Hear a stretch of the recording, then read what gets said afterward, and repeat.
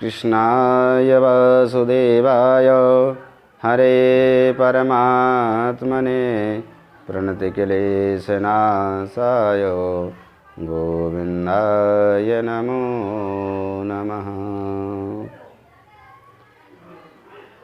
वसुदेवसुतं देवं कंसचारूणमर्दनं देवकी परमानन्दं कृष्णं वन्दे जगद्गुरुं।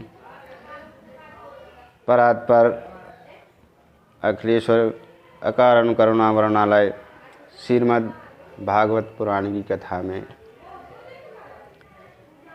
तो अमर कथा की ओर चलते हैं। सबसे प्रथम अपन जो आदमी कहते हैं अमर कथा क्या होती है, तो सब बहुत कथाएं सुनाते हैं व्यास लोग, पर अभी ये अच्छा ठीक है। तो अमर कथा क्या होती है, एक समय क्या हुआ कि जब व्यास जी ने 17 पुराणों की रचना कर चुके थे, 4 वेद, 6 शास्त्र और 17 पुराण की रचना कर चुके। और मन में थोड़ी सी बेचैनी गिलानी भाई कि हमने इतने ग्रंथों की रचना कर रखी और आज तक हमें संतान का सुख प्राप्त नहीं हुआ। मन में थोड़ी गिलानी थी। तो उसी समय देव ऋषि नारद जी, क्या है, नारद मुनि जी, एक नारद जी का ऐसा स्वभाव है कि जहाँ कोई दुखी हो उसको तुरंत हंसा दें और जहाँ सुखी हो वहाँ लड़ाई करा दें। तो साबरी में घूम घाम के इतने व्यास जी को समझा के वो सीधे पहुँचे कैलाश पर्वत पे। अब सुनने उनको याचना भाई कि व्यास को पुत्र की कामना है, तो व्यास जी अब को पुत्र की प्राप्ति हो जाए। तो इस विचार करके वो कहाँ कैलाश पर्वत पे लड़ाई करा भी पहुँच गए। जहाँ लड़ाई नहीं हो रही हो और नारद जी पहुँच जाए तो वहाँ तुरंत लड़ाई हो जाती। शास्त्र कहता है नारम ददति इति नारदः, जिसकी बात कभी रद्द ना हो उसे नारद कहते। नारद, जिसका वचन रद्द ना हुआ हो वह नारद है। तो वहाँ जाकर माता पार्वती के पास पहुँचते हैं और पार्वती जी से कहते हैं, माता पार्वती देख के बहुत प्रसन्न हो, यहाँ पुत्र नारद आज क्या बात है, कैसे कैलाश पे आना हुआ। अरे बोले माता क्या बताएं, सारा संसार झूठ बोलने लगा, आजकल सत्य तो बचा ही नहीं है, कोई सत्य का नाम ही नहीं लेता। बोले पुत्र ऐसे कैसे कह रहे तुम कि संसार में सत्य नहीं बचा है, सब झूठ बोल रहे हैं। अरे बोले माता पुष्करम चा प्रयागम चा काशी गोदावरी तथा, मैंने पुष्कर में जाके देख लिया, प्रयागराज में जाकर मैं सारी पने मृत्युलोक में घूम आया, सत्य का कोई नाम ही नहीं है, तब तो कैलाश पर्वत पर आए। माता पार्वती बोली ऐसा नहीं पुत्र, हमारे स्वामी से सत्य बड़ा तो कोई है ही नहीं, सबसे बड़े तो हम सत्यवान हमारे स्वामी हैं।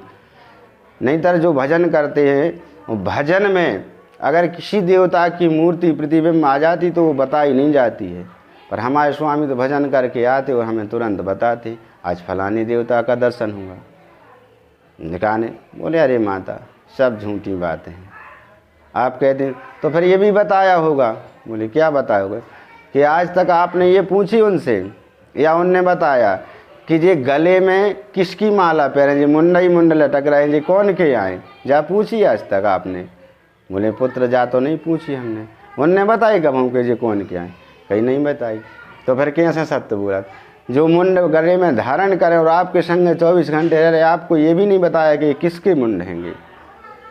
नारद जी इतने बस बेदो क्यों और अपने चले गए, लड़ाई उनको करवाने दी। श्री बोले माता यही से तो हम कह रहे कोई सत्य ही नहीं बोलता, श्रीमन नारायण नारायण अपनी बीना बजाते हुए निकल गए।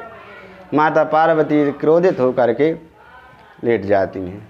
भोलेनाथ जी वहाँ से आए, वहाँ से आकर के भोलेनाथ जी ने, देवी क्या बात है, रूठी पड़ी हैं माता पार्वती। तो नारद फिर उन्होंने ध्यान करके भगवान भोलेनाथ जी ने देखा कि बात क्या है, हम भजन से उठते थे और देवी इतनी प्रसन्न रहती थी, आज रूठी हुई। तो ध्यान धर के जब भगवान भोलेनाथ जी ने देखा कि नारद आए थे, आज नारद आए तो कोई लफड़ा है, मनाया पहुँचे देवी बात क्या है बोलो कुछ। बोले आप बहुत झूठ बोलते हैं। देवी क्या झूठ बोलते हैं हम? नहीं वो तो कहीं सब पाखंड है। तो देवी बताओ तो, जब तो हम कहेंगे कोई पाखंड है। ये आप कहते हैं आज राम का दर्शन हुआ, कहीं विष्णु का दर्शन हुआ, कहीं कृष्ण का दर्शन हुआ, सब आप झूठ बोलते हैं। नहीं देवी हम झूठ कभी नहीं बोलते। कहीं तो फिर आपने आज तक ये क्यों नहीं बताई कि ये मुंडों की माला किसकी पहने हो, किसके मुंड लटक रहे हैं ये आपकी गले में? बोले ये देवी सब तुम्हारे तो हैं। तो कहीं आप और कपटी हैं, हमारे ही मुंडों की माला धारण कर हम इतनी बार मर गए और आप जिंदा झांके तो बने रहे, आपने आज तक नहीं बताई। कहीं देवी जी हमारी कथा है ऐसी नहीं सुनाई जाती कहीं, तो हमें तो कहीं अब हमारी कथा सुनने ये बताओ वृंदावन कि हम इतनी देर मर गए और आप झांके तो हैं। कहीं देवी जी कैलाश पर्वत पर नहीं सुनाई जाए। कहीं चलो अमरनाथ चलते हैं, भगवान भोलेनाथ और पार्वती अमरनाथ पहुँचे। और जब अमरनाथ पर्वत पर पहुँचे वहाँ जा कर के भगवान ने अपने पहुँच के डमरू उठाया, डमरू को बजाया जब, तो सारे पक्षी जीव जंतु जो थे सब उड़ गए जंगल में से। अब माता पार्वती और भगवान भोलेनाथ जी, अब अमर कथा यहाँ से प्रारंभ होती है। तो माता पार्वती को अमर कथा सुना रहे, माता पार्वती बैठी बैठी सुन रही हैं और हर समय कथा का उत्तर दे जा रही, हुंका भरते जा रही। तो वहाँ एक पहले दिन की कथा हो गई, दूसरे दिन की कथा हो गई, माता पार्वती हुंका भरती नहीं। तो वहाँ क्या हुआ, जहाँ पर भगवान भोलेनाथ जी आसन लगाए थे वहाँ तोते का अंडा पड़ा हुआ था, टूटा। पर 3 दिन जो हमारी कथा सुनी तो वो अंडा जुड़ गया, उसमें जीवात्मा हो गई। वो चौथे दिन की कथा में वो अंडा फूट गया और नन्हा सा शिशु तोते का बच्चा हो गया। पीछे बैठे बैठे हमारी कथा सुन रहा है, सुनता रहा। चौथे दिन की कथा में हुंका भरने लगा। 5वें दिन की कथा हुई तो और ज़्यादा माने उसको चेतन हो गया पूरी तरह से। और जैसे कि 5वें दिन की कथा बीच में हुई, वो माता पार्वती जी को नींद आ गई। अब नींद आई, सुबह होते शंकर जी तो अब क्या नेत्र बंद करके कथा सुना रहे थे। परमात्मा का गुणगान पर हमेशा नेत्र बंद करके वो करते ही थे, भोलेनाथ जी का ये नियम था। उनने नहीं देखा कि पार्वती सुन रही हैं कौन, हुंका। उनने सोचा अगर ये हुंका बंद हो गया तो वो सोचता है पक्षी, छोटा नन्हा सा शिशु, कि अगर हुंका नहीं दे रहे तो अब बेहाल कथा बंद हो जाए। सो माता पार्वती की ही आवाज़ में, माता पार्वती की ही आवाज़ में जो है तोते ने बोलना शुरू कर दिया, हूँ शब्द कहने लगा। तो होते करते जैसे ही कि वो 7वें दिन की कथा का विश्राम हुआ और शंकर जी ने जहाँ जय बोली के नारायण भगवान की जय बोली, माता पार्वती की नींद खुल गई। स्वामी फिर क्या हुआ रुक्मणी के बाद? वो आपने जब उन कथा को सुना है, ये देवी फिर हुंका कौन दे रहा था? जब आप सो गई तो ये हुंका कौन दे रहा था? पीछे मुड़ के देखा तो नन्हा सा सुए का बच्चा तोता का बैठा हुआ था। भोलेनाथ जी को क्रोध आ गया। वो सुबह ने उड़ के जहाँ उड़ा तो भोलेनाथ जी त्रिशूल लेकर उसके पीछे भगे, इसको मारने। तो हमारी कथा सुन ली। अब भगवान बोले, इसलिए तो कहते हैं बोले हैं। अब उन्हें यही पता नहीं जिन्हें हमारी कथा सुन ली वो तो अमर होगा, अब मर तो सकता नहीं है। तो अभी पीछे पीछे दौड़े जा रहे। तो जैसे ही हमारे कंटक पर्वत से नीचे उतरे तो वहाँ व्यास जी की कुटिया थी। व्यास जी की कुटिया थी। तो अस्कर आपने देखा होगा कि संध्या का समय हुआ, वो माताएं बाल झाड़ती हैं, अपनी चोटी करती हैं। शाम दिन भर नहीं करेंगी, शाम का समय आया और उन्होंने अपनी चोटी झाड़ना शुरू किया। तो माता जो है पिंगला, व्यास जी की जो पत्नी का नाम है पिंगला, पिंगला देवी द्वार पे खड़ी हुई अपने बाल झाड़ रही थी। उसी समय उनको जिमाई आई। जिमाई आई तो वो पक्षी जो है वहाँ से चला आ रहा था छोटा सा, वो सीधा अंदर मुंह में चला गया। अब वहाँ भोलेनाथ जी डरे आए थे, बाहर व्यास जी विराजमान थे। व्यास जी आए, देख के भगवान हाथ जोड़ करके प्रणाम करने लगे। आप कैसे? अरे बोले आपके घर में कोई चोर आया है। प्रभु हमारे घर में चोर आया? कहीं हाँ चोर आया। देख लो कहाँ है चोर। कहीं कौन आया? अरे कहीं एक पक्षी आया है तोता। उसको देख कर व्यास जी ने समझाया, आप बड़े भोले हैं प्रभु, पक्षी के पीछे आप पर। अरे आपने मन से नहीं, आप वास्तव में इसलिए तो आपका नाम भोले कि आपको जिसने हमारा कथा सुना दी और उसको आप मारने चले आए। पर वो मारने के लिए नहीं आए हुए थे। क्या हुआ कि वो तो भगवान की एक कृपा, नारद जी का जो वचन था कि इनके पास में पुत्र नहीं है, तो पुत्र प्रदान करने के लिए आए थे। अमर कथा जो सुन रखी है वो है अमृत रूपी जो फल प्राप्त हुआ वो महाराज सुखदेव जी का जन्म है। इसलिए वहाँ से वो तो करने आए थे कि ये कहीं भटक न जाए, सीधे जिसको पुत्र बनना है वो वहाँ पर पहुँच जाएं। तो आते हैं और जैसे प्रणाम किया, व्यास जी ने समझाया तो बोले वहाँ से लौट जाते हैं। समझ गए कि हाँ ठीक जहाँ पर अपन छोड़ने आए थे वहीं चला गया, माने सीधा वो माता पिंगला के गर्भ में चला गया। अब यहाँ 6 महीने 9 महीने हो गए, तो उसके बाद जब उनको समझा हाँ कि हमारे यहाँ पुत्र की प्राप्ति होने वाली, धीरे धीरे करके 1 वर्ष व्यतीत हो गया, 2 वर्ष हो गया, माता को कष्ट होने लगा, वेदना होने लगी, पुत्र जन्म नाम नहीं ले रहा होने का कि जन्म ले लें। ऐसा करते करते आखिर में 12 वर्ष हो गए। 12 वर्ष तक माता पिंगला के गर्भ में रहे सुखदेव जी। तो जब ज़्यादा ही वेदना होने लगी, फिर उन्होंने व्यास जी से कहा स्वामी कुछ उपाय करो, अब हमसे सहा नहीं जाता दुख। भगवान कृष्ण से याद किया कि प्रभु करो, कुछ करो, हमारी धर्मपत्नी को ज़्यादा वेदना होती है। तब उन्होंने फिर कहा कि आप कहो कि पुत्र जन्म ले लो। तो व्यास जी तो बार बार कहते थे पुत्र जन्म ले लो, तो गर्भ से आवाज़ तो आती थी, गर्भ से आवाज़ तो आती थी, हम किसी के पुत्र नहीं बनेंगे।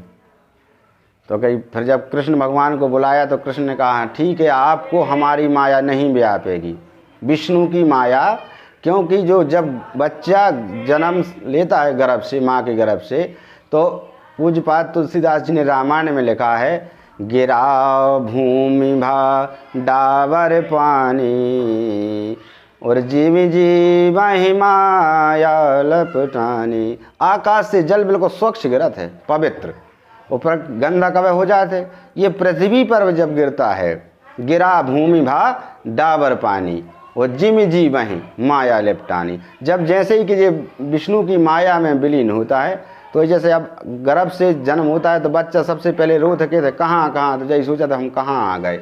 वो तो गर्भ में वासना करता है कि प्रभु हम आपको ही भजेंगे, संसार इस नरक से, का गर्भ में इतनी वेदना होती है बच्चे को, कहता है इस नरक से निकाल दो तो हम आपको ही भजें। और जब इसमें विष्णु की माया जकड़ती है तो कहाँ कहाँ भूल जाता कि हम कहाँ आ गए, फिर ब्रह्म को फिर पहचानना भूल जाता है।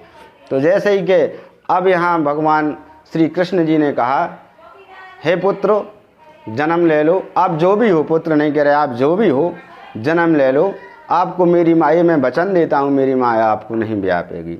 तो सुखदेव जी ने जन्म लेते ही सीधे नरा टांगा और जंगल की ओर चल दिए।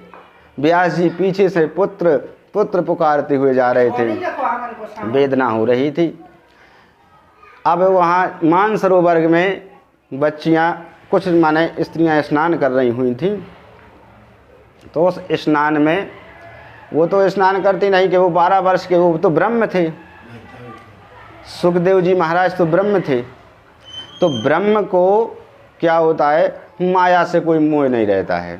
तो चाहे स्त्रियां निर्वस्त्र नहा रही हों या वस्त्र पहने ना, उनको कोई फर्क नहीं पड़ा, वो सरोवर के किनारे से निकलता है। और जैसे ही कि व्यास जी आते हैं तो व्यास जी को देख के वो जल्दी सभी स्त्रियां एकदम से तालाब में से निकलती हैं, वस्त्र पहनती हैं।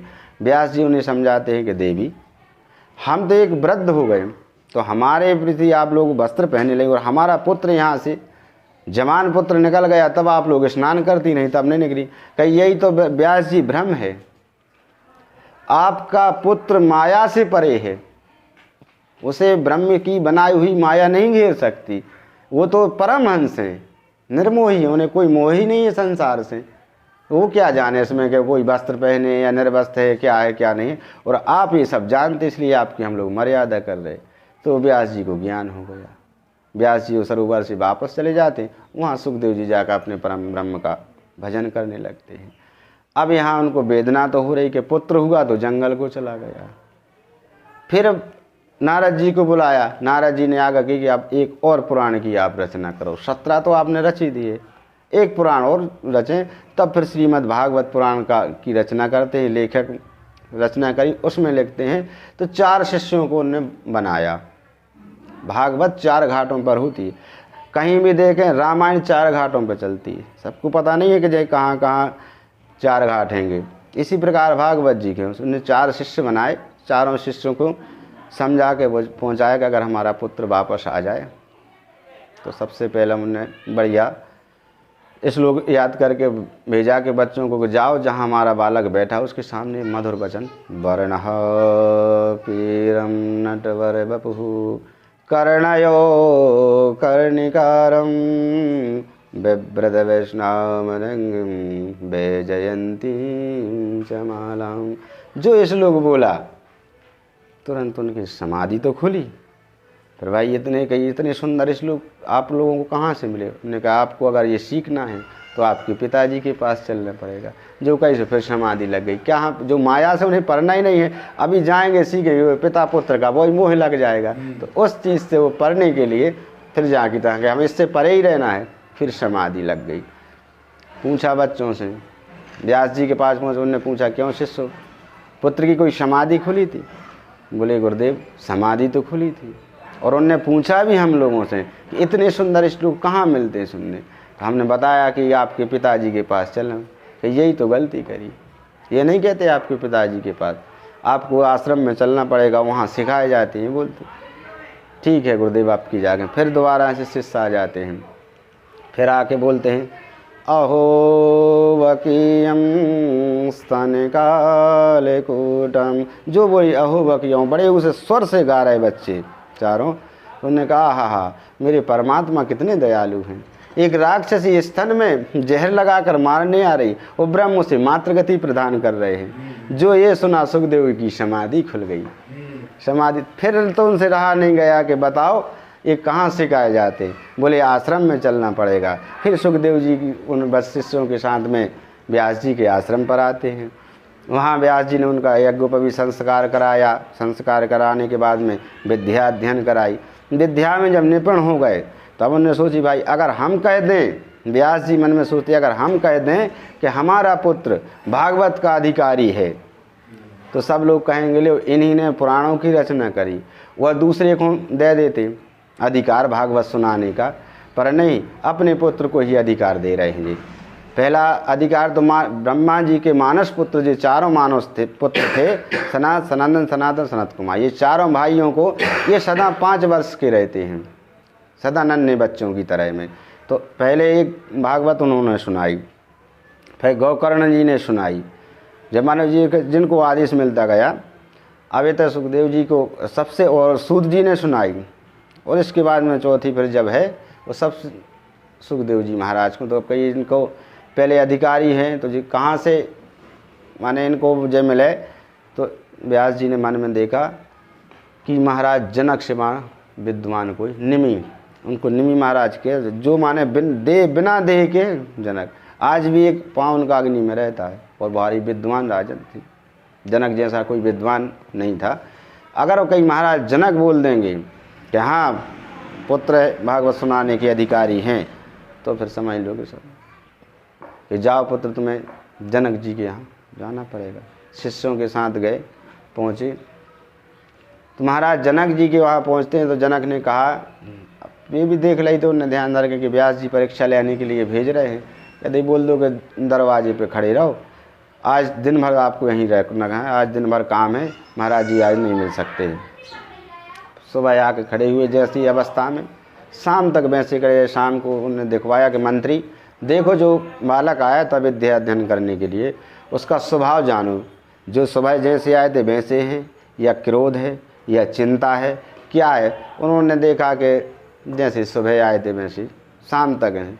कह दो आज रात्रि भर खड़ा रहना, रात्रि भर। ऐसे करते करते 6 दिन हो गए, खड़े रहे सुखदेव। 7वां दिन आया, 7वें दिन की सुबह भूखे प्यासी जो आदमी 7 दिन पर लगन थी कि हमें वो कथा का तो गान करना है। 7वें दिन की सुबह जब महाराज जनक जी ने, तो जनक जी महाराज हाथ जोड़कर पहुँचते कि परमहंस हैं तो अब अपन समझ गए कि पूर्णता से ये भागवत सुनाने के अधिकारी हैं। और फिर अंदर ले जाकर के महल में अप्सराओं को बुलाया, हर तरह से माने उनकी परीक्षा लाई कि ऐसा तो नहीं है कि अप्सराओं को देख के बहक जाएं। तो उनको भी देख करके उन्हें कोई फर्क ही नहीं पड़ता, कोई नाचते रहो कोई कुछ करते, वो तो ब्रह्म है, परमहंस है। फिर इसके बाद में जब विद्या जहाँ से अध्ययन करने जनक महाराज स्वयं जाते हैं छोड़ने, और वहाँ 88,000 ऋषियों के सामने फिर होते व्याख्यान करते हैं कि सबसे प्रथम अधिकारी भागवत के वक्ता हैं तो श्री सुखदेव जी महाराज हैं। तो भागवत के सार में सबसे प्रथम सुखदेव जी महाराज का ये चरित्र है। ऐसे उनका जन्म हुआ। ये भगवान शंकर जी के ही अंश से उत्पन्न हुए, जिन्होंने ये अमर कथा सुनी थी। बोले वृंदावन बिहारी लाल की जय।